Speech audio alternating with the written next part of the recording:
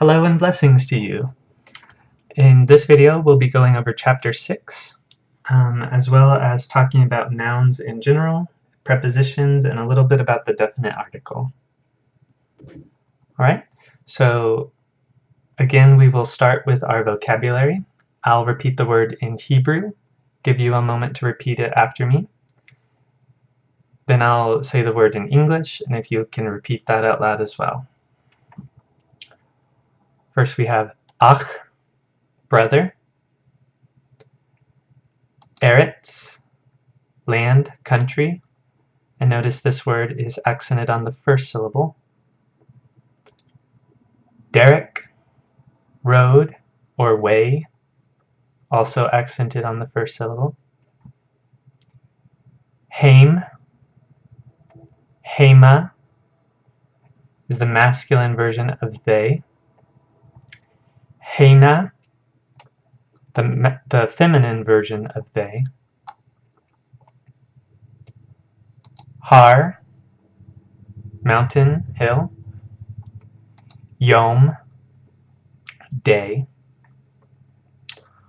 Moav, Moab. Eved, slave or servant.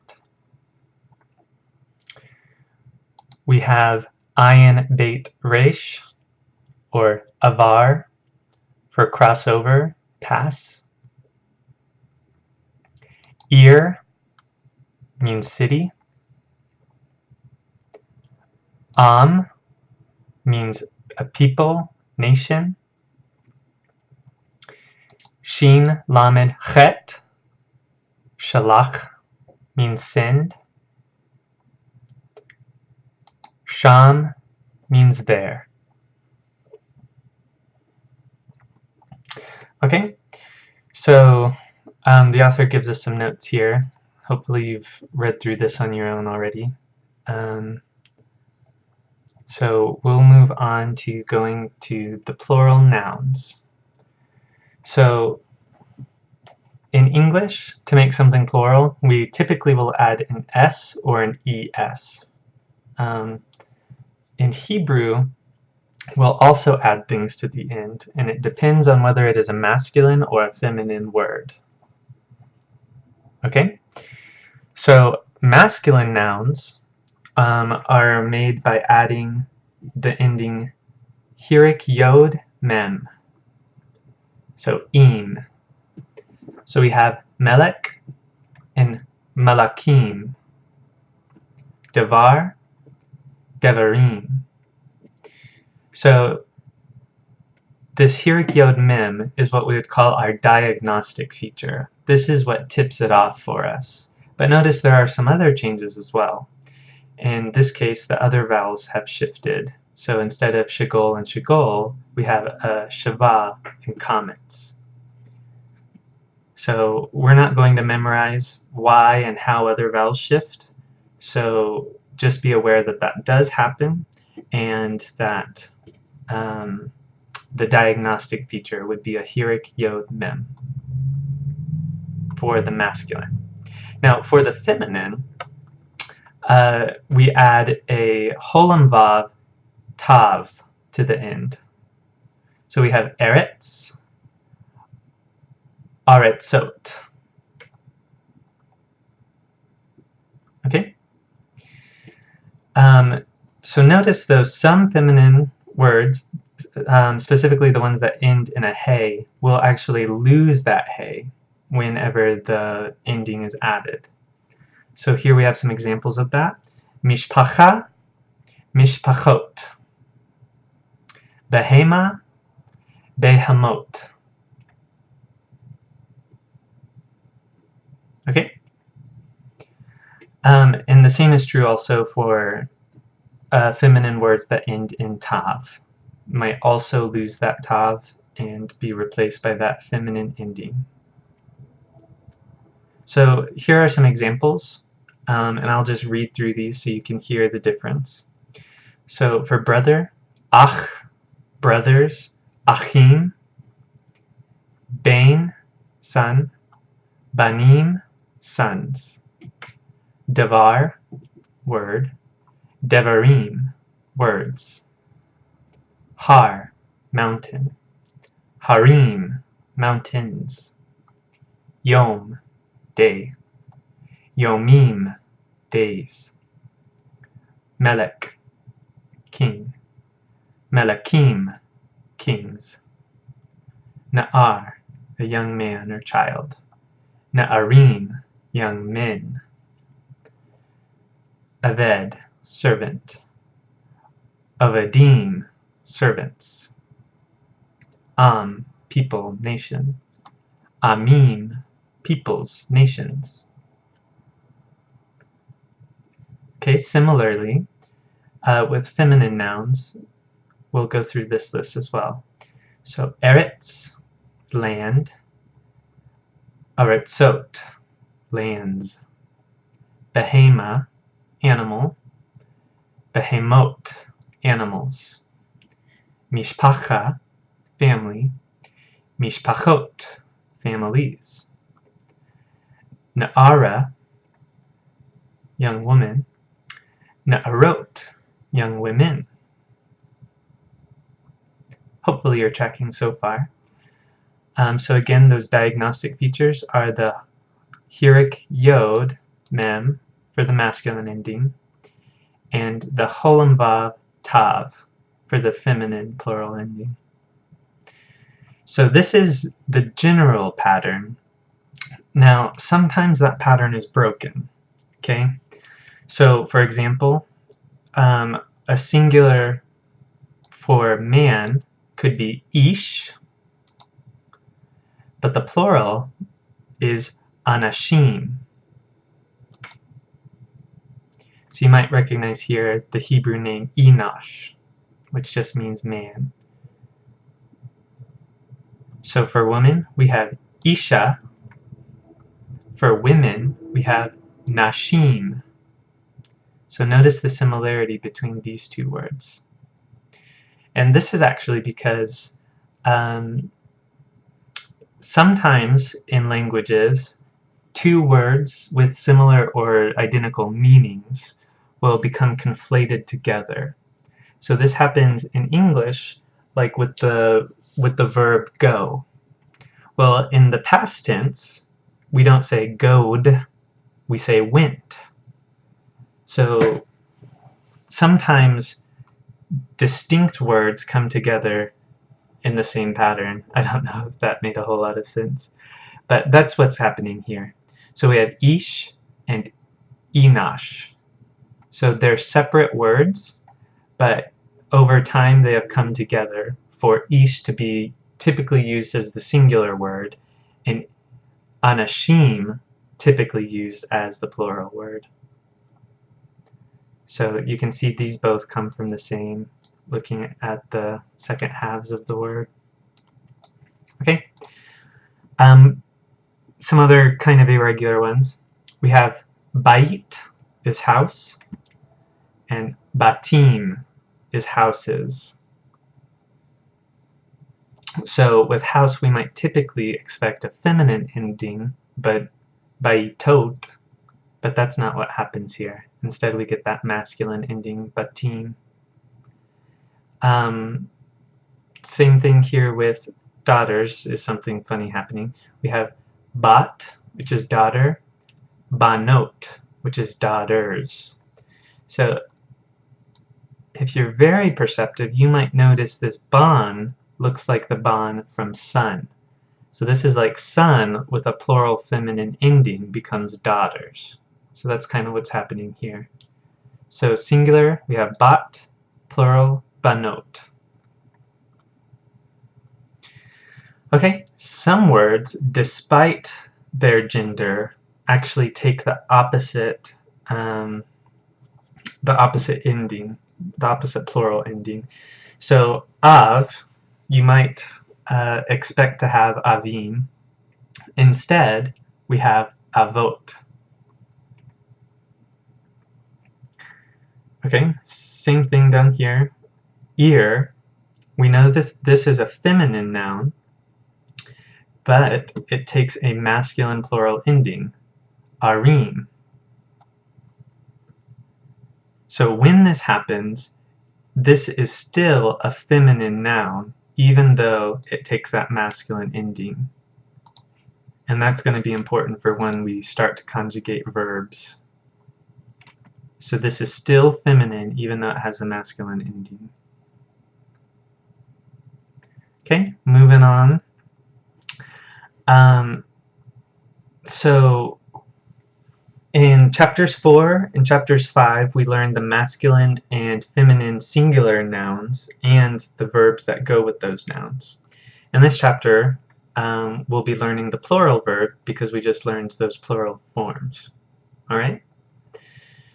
So, just as a recap, with the verb shin mem resh, the masculine he guarded would be shamar with a kametz patak, and feminine would be shamra with a kametz shava kametz, and then a hey at the end. Okay, hopefully you remember that. The pattern for the plural form is kametz, shava, and then a shurik at the end. Alright, so here we have for holam lamed kaf, we have halku. They walked.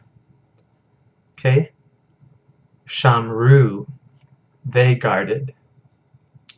Shalchu. They sent. Zakru. They remembered. Okay? So in the plural, this same form is used both for the masculine and feminine forms. So it doesn't matter if it's masculine or feminine, they'll both take this form. So here's some examples of that. Habain shamar, so the son guarded. That's in the singular, obviously. Habanim shamru, the sons guarded. Habanot shamru, the daughters guarded. So really what to notice here is right here. Whether that is the masculine or the feminine, it takes the same form. Okay, so in this section, the author is letting you know that from here on out, he will let you know whether it is a feminine or masculine noun as you are learning the vocabulary. And he wants you to memorize that as you learn the vocab. Okay? Up to this point, he hasn't done that, and so that's why he gives you this chart, so you know what each of these are. So, av becomes avot. We've already talked about that. It's masculine. Ach, achim, masculine. Ish, anashim, masculine. Eretz, aretzot, feminine. Isha, nashim, feminine. Behema, behemot, feminine. Bayit, batim, masculine. Bain, banim, masculine. Bat, banot, feminine. Devar, devarim, masculine. Derek, darakim. This one can actually be masculine or feminine. Har, harim, this is masculine. Yom, yomim, masculine. Melek, malakim, masculine. Mishpacha, mishpachot, feminine. Na'ar, na'arim, masculine. Na'ara, na'arot, feminine. Aved, avedim, masculine. Ir, arim, feminine. Am, amim, masculine. So a couple last notes on these words.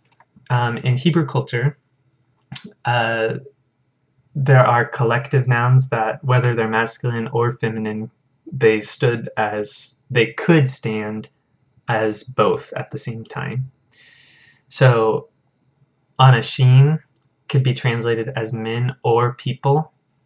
Banim could be translated as sons or children. So of course in the Hebrew language this was used with the masculine plural nouns. So for masculine plural nouns, it could stand for either the masculine or the masculine and the feminine. So it's by context that you would know the difference between that. Okay, moving on down. So we've already learned two prepositions. So prepositions in Hebrew are much the same as prepositions in English.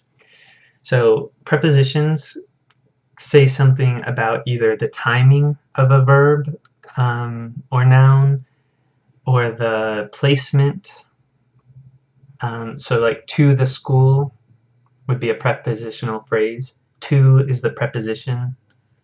School would be the object of the preposition. So Hebrew has the same kinds of things going on. So we've already learned two. The first one is mean. So remember, mean can mean from. El can mean to.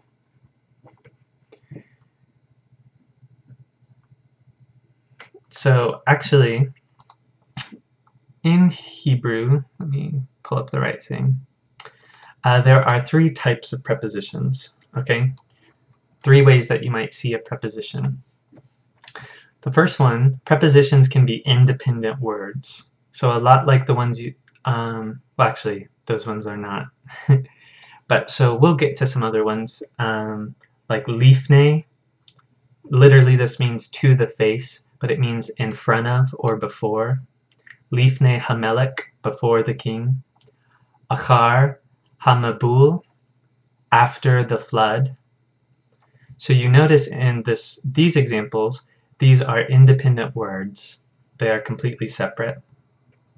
The second type of preposition in Hebrew are prepositions that are kind of attached to another word, and they are attached with a makef. So in this example, the makef is this right here. Okay? So that's called a makef. It's kind of like a dash in English. So that it's just this dash that lets you know that this belongs to this word. So when you verbalize a preposition that has a makef, it becomes one word as you sound it out. So we'll say al ha'even. So al ha'even, just one word is how you pronounce it. Al ha'even. And this means upon the stone. The next example, min ha'aretz. So it's pronounced as just one word, and that accent falls on the last syllable unless otherwise shown. So min ha'aretz, from the earth. The last type of prepositions are called inseparable prepositions. So here we have bederek, on the road. You can see that it is prefixed to the word derek, road, which you should know from your vocabulary. Next example, kamelek. So you can see this is just prefixed ka to melek. This is as a king, like a king. La'ir, to a city, just prefixed, all part of the same word. Ma'av, from a father. Right, so these inseparable prepositions are so called because at least these first three, so these ones over here, will always be a prefix. They can never appear anything else, and they will just be part of that word. So let's talk a little bit more about what those look like. So here we can see the lamed shava means to or for. Kaf shava means like or as. Bet shava means in, with, on. Now, these can take on additional meanings, but this is what I want you to memorize for now, at least. Now, one confusing thing about this book that he's added right here is this dash. Really, I'd prefer if you just kind of ignore that. So with this dash, what he's trying to tell you is that these are part of the next word, so he's really using it as like an English dash. So these are prefixed onto a word. And I don't want you to confuse that with what we just talked about, this makef. So notice, when you see this in a word, there is no dash. What you'll only see in the text is a makef, which is completely different than what he's using it as here. So maybe just ignore that. Okay, so here's some examples. So here we have b'mishpacha. This could mean in a family or with a family. So using that in a sentence. Av b'mishpacha shamar banim. A father in a family guarded children or sons. Okay? Kamelech, like a king. David shamar batim kamelech. So David guarded houses as a king, or like a king. La Moab means to Moab or for Moab. So in context, it'll be a little more clear which is which. Abraham halak la Moab. Abraham walked or went to Moab. La'ach, to or for a brother. So it's the same one as before. So we'll actually just skip that one. So sometimes these inseparable prepositions will take other vowels instead of a shava, like you have just learned it. Now there are special rules for when and how this happens, but I don't really need you to memorize those. Really, I just need you to be able to identify these as inseparable pronouns. Okay? If you're curious, though, I guess I can go ahead and tell you.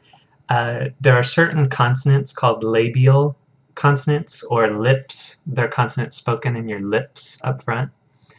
And when an inseparable pronoun is before a labial consonant, it will take a heuric. And in front of gutturals, it might take a comet. Well, okay, actually, this is what we're looking at. So, and then other times, if it's before a yod, instead of being, in this case, lamed shava, yod shava, the two shavas kind of merge into a heuric. So then we get Lerushalayim.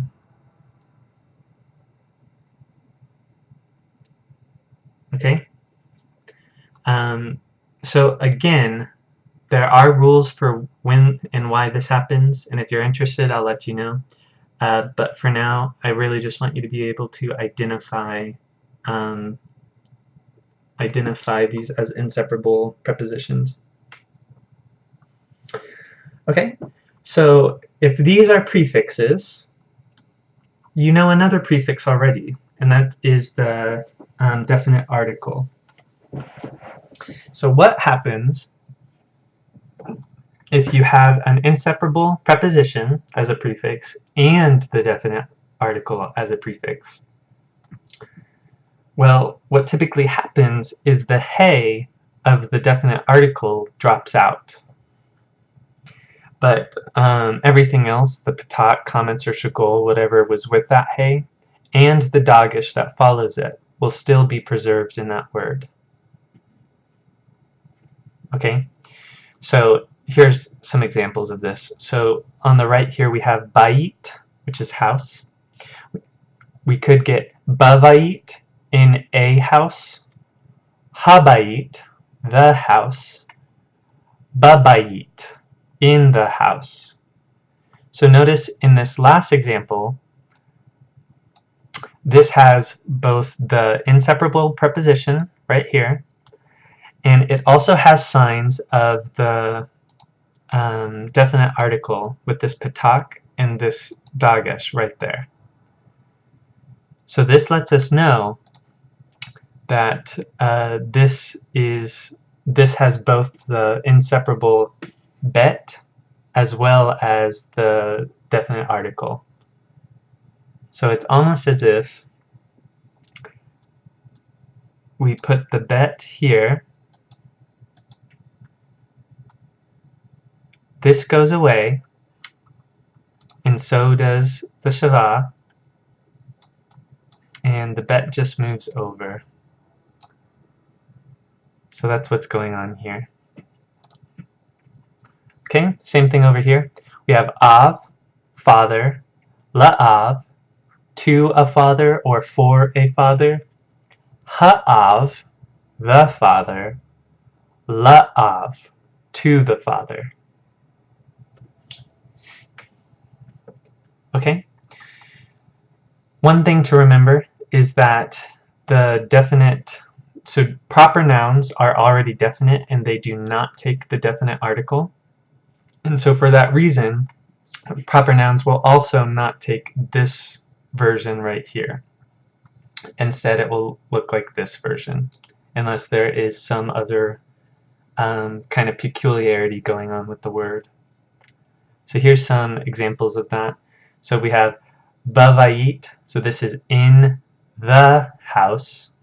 So we have in the house.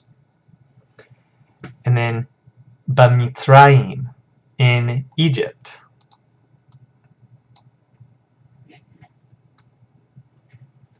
Okay, moving on. Here are some examples of sentences that have those inseparable prepositions. Let's just go over a couple of them and not read each of these. So here we have Habat amda babayit. So the daughter stood in the house. Malak David Kamelek. So he ruled, David, so we'll kind of flip that in English and say David ruled as a king, or as the king, I'm sorry.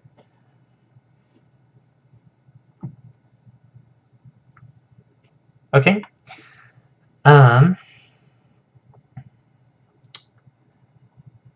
I think this section is pretty self-explanatory, so if you have any questions about it, let me know. Let's move on to some other things though. Okay, let's talk about this. So in the last chapters, we learned masculine and feminine nouns. And in this chapter, we also learned some of the numbers of nouns. One number that this chapter did leave off is that we can have, in Hebrew, dual. Oh, didn't mean to crop. Let's see. Just draw. So in Hebrew, we can have dual nouns. Now, there are some examples that will almost always be dual. For instance, shamayim, heavens, will always be dual. And what dual means is specifically two. So if there is one thing, it's singular. If there's three or more, it's plural. But if there are two, it is dual. So again, some examples of that are, let's see if I can write it.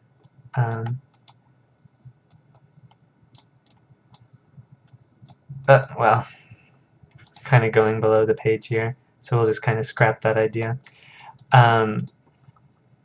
But Shemayim is dual, Mayim is dual, Mitzrayim is dual.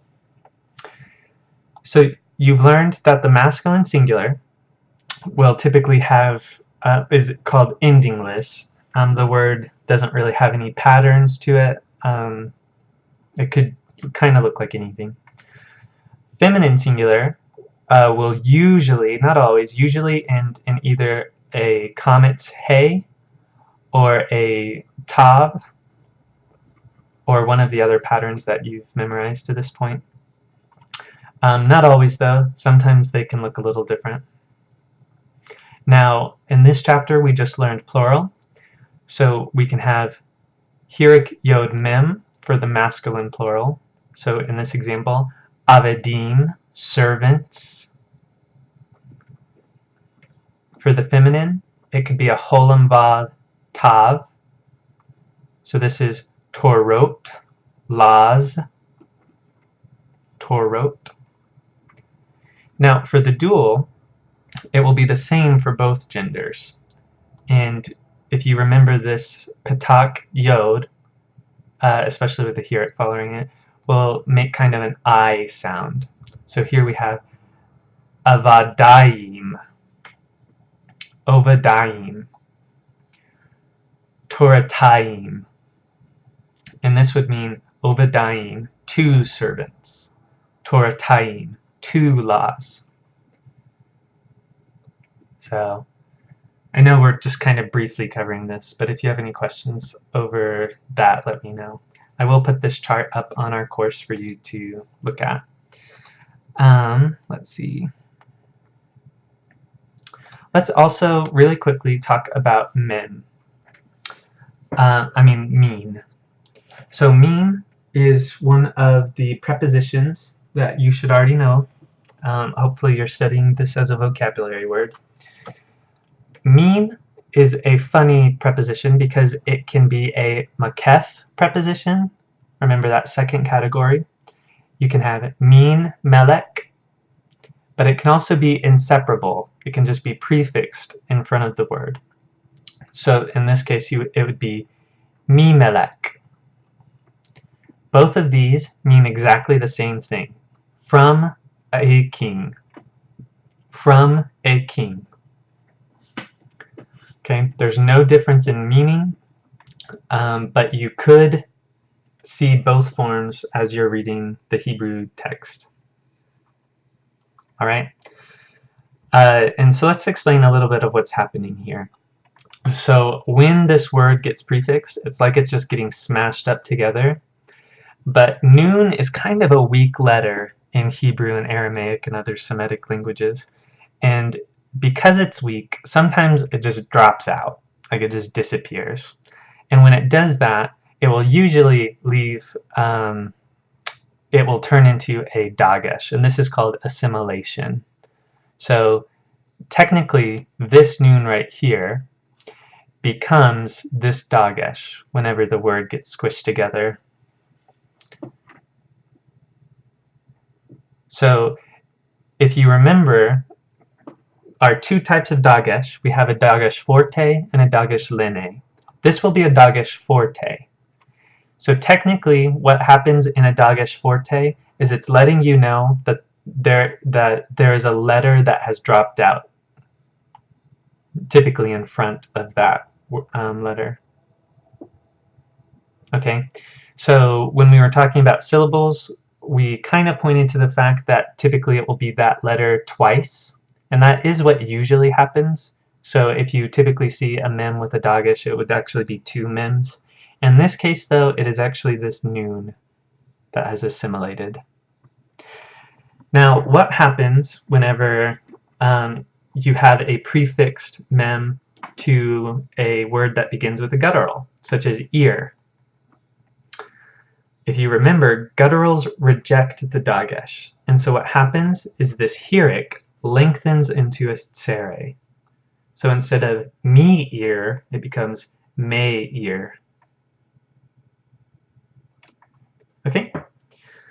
One last thing I wanted to tell you about was a special use of this word, mean. This preposition, in addition to being used as a preposition, can also be used comparatively. So here I have an example. Tova chokma mi zahav. Now literally this means wisdom is good from gold. So is good wisdom from gold. Really though, what this means is it's a comparison. Wisdom is better than gold. So that's kind of an interesting case that can happen with the mean. And then the last thing to talk about in this video, I wanted to talk about some special uses of the definite article. So really we talked about the definite article in chapter 5, but I didn't have this written out to kind of show you guys. So the definite article, in addition to being used to make a word definite, can also be used demonstratively, vocatively, superlatively, and possessively. Okay? Here's what I mean by that. So if I have ha-yom, literally this means the day, but the definite article here is being used demonstratively. So it means this day, which then we might further simplify and say today. Okay? But remember that this is being used demonstratively because this can happen with other words too. So like the hand might be this hand. Okay? Vocatively, you might see ha-melech. Literally this means the king, but if it's being used in speech, you might know it could be the case that this is actually saying, O king, like you're addressing the king. The next one is superlatively. So if you see hatov, the good, it might actually be trying to say the best.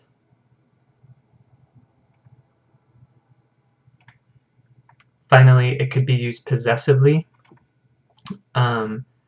like hakinor, literally means the harp, but it could also be translated as his harp, referring to probably David in this situation. So how do you know when the definite article is used in these ways? It's by context. So if you're translating and you say the day and it doesn't really make sense, just realize you might have another option. Could be this day or today. If someone is addressing a king and they say, the King Nebuchadnezzar, really they're probably saying, O King Nebuchadnezzar. So context will help you out with that. Okay, well, so that's all I had to talk about in this video. If you have any questions, feel free to send them my way or ask them in class. Blessings to you. Hope you have a great day.